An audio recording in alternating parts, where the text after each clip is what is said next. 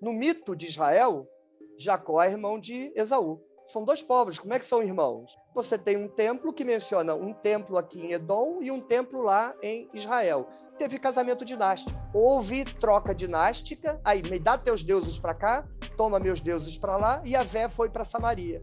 Ele chega como um deus secundário, só que é um deus guerreiro. Yahvé é Ogum. Se você pegar o Sociologia da Religião, do Joaquim Walsh, e você pega o capítulo que ele fala de Ogum, é Yahvé descrito. É um deus guerreiro. Onde ele chegar, ele não vai ficar olhando. Ele vai para as cabeças.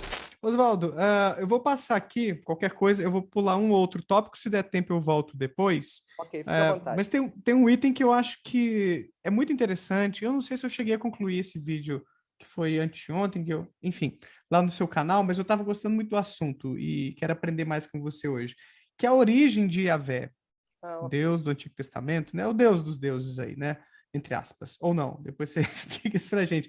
Como é que é essa história, assim? Dá pra gente traçar, historicamente, quando Yahvé começou a ser... Eu tô pronunciando corretamente, qualquer coisa você me corrige também, tá? Começou a ser cultuado, dá pra gente aprender isso, descobrir isso? E o que você tem a dizer a respeito do Deus judaico-cristão nesse sentido mais histórico mesmo, assim?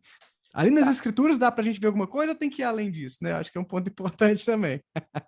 As escrituras, a Bíblia hebraica tem pistas. E essas pistas coincidem com o que hoje a história e a arqueologia aponta para nós.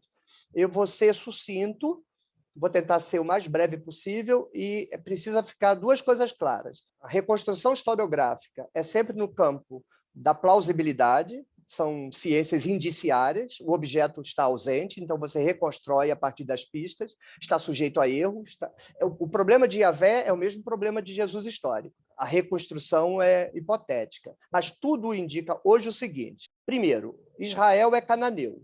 Ele nunca conheceu Yahvé, o Deus de Israel era El. Está até no próprio nome, né? Israel. E El é o pai de Baal. Yahvé não existe em Canaã.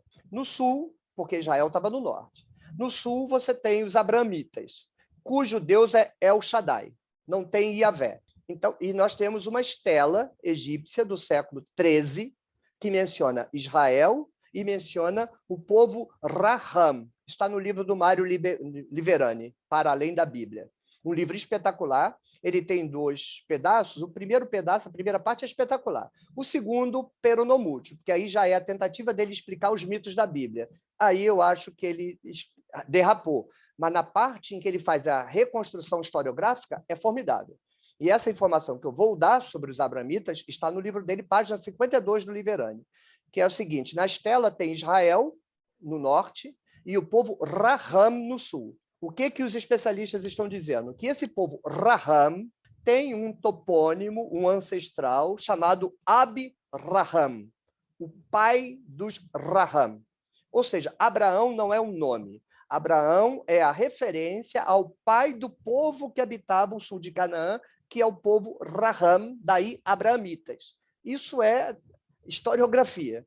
Então, só tem dois povos, claro, tem 50 outros, só tem dois povos mencionados na Bíblia. Judá não existe, Yahvé não existe, só existe o israelita no sul, que é cananeu, e adora El, Baal, Anat, Asherá, e os abramitas no sul, que adoram El Shaddai, Asherá e todos os outros deuses. Em algum momento, entre o século XI e o século IX, a tribo de Judá, que é uma tribo árabe, olha a ironia, Yehudá é uma tribo árabe, árabe aqui em sentido amplo, tá? Porque são aquelas tribos pré-árabes, que ficam os amalequitas, os edomitas, os recabitas e os judaítas. Eles entram por um processo migratório normal. Não se sabe se era uma tribo beduína, mas eles vêm de lá. Do mesmo lugar de onde aquela tese recabita do Moisés quenita. Moisés também sai daí. Essa tradição é tão forte, um parêntese, que para inventar o livro do Êxodo, Moisés está no Egito, ele vai tirar o povo do Egito, mas ele é obrigado a vir aqui na terra de Yahvé, que é a terra de Amaleque, encontrar com Yahvé para voltar para o Egito. Quer dizer, essa tradição de Yahvé ser aí do sul é muito forte. A tribo de Judá entra, então, que não é árabe, que não é judia, é árabe, entra no território dos abramitas, o povo Raham, que são os abramitas, e os abramitas deixam eles ficarem, os recabitas, Rexona, sempre cabe mais um. Em algum momento, eles conquistam Jerusalém, que era uma cidade jebusita, não pertence aos abramitas. A Bíblia conta isso como sendo uma façanha de Davi. Essa história está contada. Se isso é historiográfico ou não, deixa para outra discussão. Mas o fato é que, de repente, Judá é dona de Jerusalém e ela é dona de todo o território e se impõe sobre os abramitas. Nenhum problema para os abramitas. Por quê? Porque no período pré-exílico, o rei não se intrometia na religião de ninguém. O rei era politeísta, o templo de Jerusalém era politeísta. Só no templo de Jerusalém você tinha 3 deuses principais: Iavé, Asherá, que era a esposa de Iavé, e Nerustã, fora os outros deuses. Então, Iavé vai entrar no território do sul, porque isso não explica o norte. Estou falando de Judá, são 2 povos diferentes, são 2 histórias diferentes. Iavé entra no sul levado por essa migração árabe da tribo de Yehudá.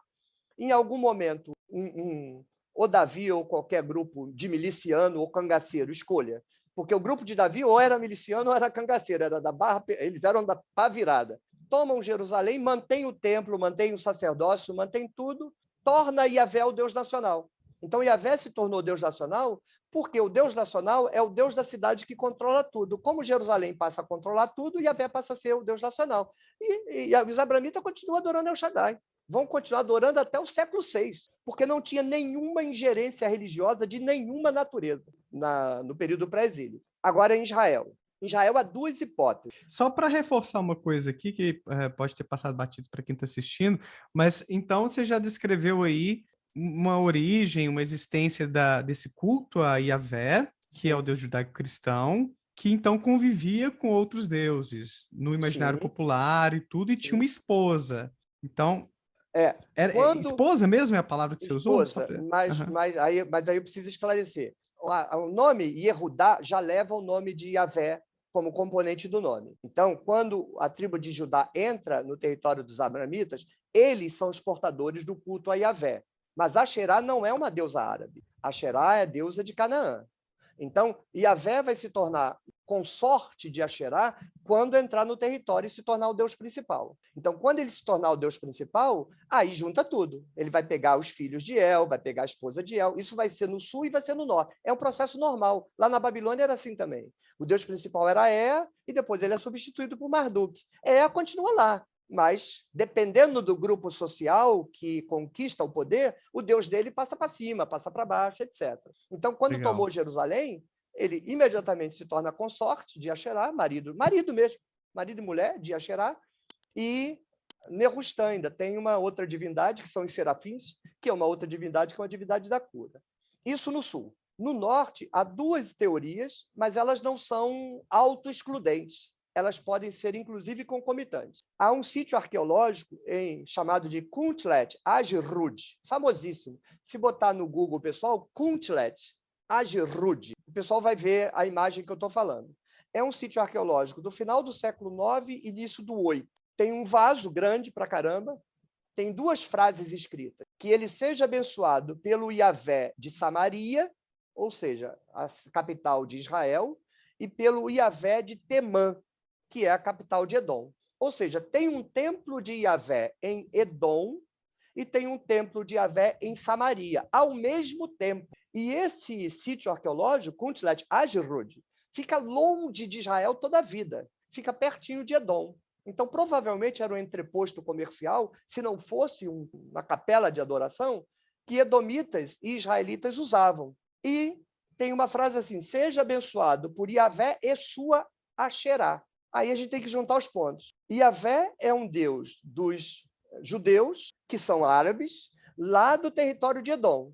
Então, na verdade, Yahvé é um deus do território de Edom. Tem 2 passagens na Bíblia que mencionam isso. Juízes 5 fala que quando Yahvé vai salvar os israelitas que estão lutando contra os cananeus, Yahvé sai do Monte Seir, que é o monte principal de Edom, ou seja, o monte sagrado de Yahvé não fica em Canaã, fica lá no território de Edom. Olha que negócio, está na Bíblia. E em Abacuque 3:3 fica dizendo: o santo veio do Monte Parã, veio de Temã, que é a capital de Edom.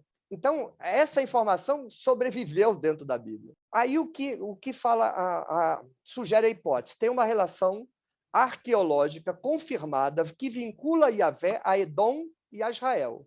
Vamos para o mito. No mito de Israel, Jacó é irmão de Esaú. São dois povos, como é que são irmãos? Você tem um templo que menciona um templo aqui em Edom e um templo lá em Israel. Teve casamento dinástico. Houve troca dinástica, aí me dá teus deuses para cá, toma meus deuses para lá, e Yahvé foi para Samaria. Mas ele vai, como diz a letra da música, eu vim de lá devagarinho, pequenininho, alguém me ensinou a pisar aqui devagarinho. Ele chega como um deus secundário, só que é um deus guerreiro. Yahvé é Ogum. Se você pegar o Sociologia da Religião, do Joaquim Walsh, e você pega o capítulo que ele fala de Ogum, é Yahvé descrito. É um deus guerreiro. Onde ele chegar, ele não vai ficar olhando. Ele vai para as cabeças. Então, ele chegou no sul, virou o deus principal. Porque o que significa dizer que é o deus guerreiro? Ninguém me entenda mal, não estou fazendo teologia. É fenomenologia da religião. O grupo que porta o deus guerreiro é um grupo guerreiro. Então, ele não é um grupo preocupado em agricultura, o negócio dele é conquistar território. Então, Yahvé chegou, deixaram ele chegar, já era. Aí, então, ele vai tomar o poder em Israel, como ele já tinha poder lá em Edom. Então, assim ele entrou. Aí, eu tenho até o livro aqui, o Israel Finkelstein, quando escreveu a Bíblia Desenterrada, parte dessa história está nesse livro. Ele diz assim, ironia das ironias, Israel é o cananeu. Eu vou mais longe. Ironia das ironias das ironias. Os judeus não são judeus, os judeus são árabes, Yahvé não é um deus judeu, é um deus árabe, e eu não preciso continuar a frase. É só ligar a televisão. Hoje está essa especulação na internet sobre o nascimento da novilha vermelha, né? Aí os sacerdotes estão doidos para destruir a mesquita de Al-Aqsa para construir o templo de Jerusalém. Aí, olha a ironia. Eles são árabes da origem, que agora estão querendo brigar com os árabes. Imagina estudar isso lá em Israel. Imagina a pressão que o Israel Finkelstein deve sofrer lá em Israel. Porque lá é política. Aqui eu estou mexendo com Bíblia, os crentes ficam com raiva de mim. Eu dou aula, tem pastor de aluno, um aluno falou, professor, o meu pastor te botou um apelido, é Oswaldinho Pé no Inferno. Quer dizer, eu aguento isso nesse nível, Oswaldinho Pé no Inferno. Mas o cara fala, o cachorro late e a carruagem passa. Mas lá em Israel é política. Você imagina você tirar o fundo. Já tinha dado um problema antes, porque o nome do território é Palestina, deriva de filisteus. Filisteia, Filistina, Palestina. Quando os judeus começaram a brigar com os palestinos e começaram a usar a Bíblia, e aí começou a desenterrar, mas você estava aqui, eu já estava antes. A sua própria Bíblia diz que você roubou o território meu. Na época era Deus, mas hoje a gente resolve isso no tribunal. Eu posso usar... É nesse nível, Gonti. A gente não tem a mínima ideia de como é que a briga lá é feia. Aí eles pararam de usar a Bíblia e passaram a usar bomba. Porque se usar a Bíblia, ele pega e diz, mas está escrito aqui que vocês me roubaram. Eu estava aqui, vocês me roubaram. Se você pegar Amós, por exemplo, lá vai estar escrito, eu trouxe Israel do Egito e os filisteus de Cáfito. Então, o território é dos dois, é do israelita e do palestino. Se você for usar a Bíblia, já era. Aí, vamos ver como é que vai terminar essa história. Mas Yahvé era um deus árabe. E a Bíblia guarda essa memória, você pode perseguir ela pelos interstícios da montagem e recuperar. A gente não conseguiria recuperar sem arqueologia. O Israel Finkelstein é fabuloso. Para mim, é o trabalho, por enquanto, o trabalho do milênio na área bíblica, mas ele ainda não levou as últimas consequências. E aí eu acho que ele não levou as últimas consequências por conta de pressão política. Depois você me passa alguns títulos para eu colocar aqui para o pessoal que quer se aprofundar, e eu reforço aí o convite, a dica para seguir o professor Oswaldo, que explora esses temas com muito mais detalhes no canal dele, tem vários vídeos lá, postando quase diariamente, né, Oswaldo? Muito conteúdo de grande qualidade, então... Dê um pulinho lá. Deixei aqui o @, né, na descrição do vídeo. E aí, bom ou não, aqui é o Daniel Gontijo. Espero que você tenha curtido esse corte. Clica aqui para ver a live completa lá no meu canal principal. E para ver mais vídeos nessa pegada, não deixa de se inscrever por lá e por aqui também. Um abraço, tchau!